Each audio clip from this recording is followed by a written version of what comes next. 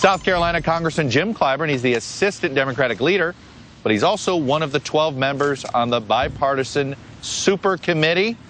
He is capeless, I think, right now. I don't know if they've given out the capes yet for the super committee, but he joins me now from South Carolina. Congressman, let me start with this. How optimistic that there will be 7 votes for something before you guys finish your work?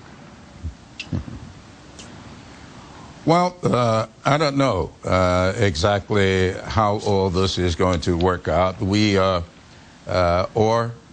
meeting among ourselves, I'm sure. I've had phone calls from other members of the committee. Our staffs are beginning to come together to do background work. As you know, on the Democratic side, the 3 members, one was on the Bowles-Simpson committee. 2 of us were on the Biden committee. And so we've had a lot of discussions about where we can go to get this done.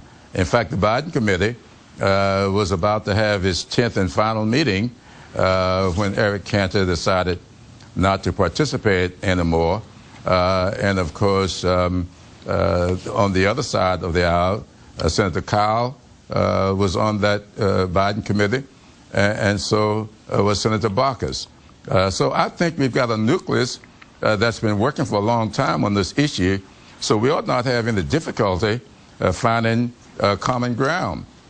The problem is going to be whether or not we will be honest about what it takes to deal with debt and deficit, and that is there's got to be revenue coming from somewhere.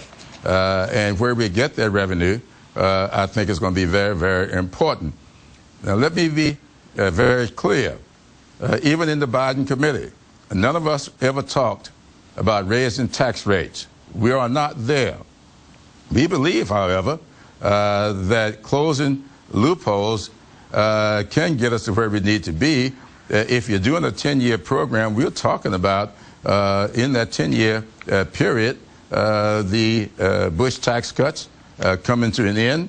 Hopefully these wars will come to an end. We can save money there, and we can save money on interest. So if you're closing loopholes, bringing the walls to a close, and letting the tax cuts expire, I think we can get to where we need to be. How powerful are these triggers, do you really believe? How powerful are they for you? Are you going to be incredibly reticent to walk away, to be deadlocked at 6-6, simply with a cut to with the fact that the trigger would, so one of the Democratic so-called sacred cows, the trigger would hit Medicare providers? Well, I will be very, very reticent to walk away because I, for one, will be sitting on both sides of that issue. I don't want to see any drastic cuts in the entitlements, nor do I want to see drastic cuts in defense. So defense may be something that most members on the Democratic side will not mind going after, but I do mind going after that. So I'm going to be very reticent. I got to take care of my hometown of Sumter, where it's the headquarters of the 9th Air Force and the 3rd Army. Here in Columbia, Fort Jackson, Charleston Air Force Base, Parris Island. I'm going to be there to try to make sure that we keep those military installations very viable. So I've got a double interest in making sure we get this done. Congressman, how important is it that all of you, all 12 of you, suspend fundraising activity during these negotiations over the super committee? Do you think that's important to be doing that, including with Senator Murray, head of the Democratic Senate Campaign Committee?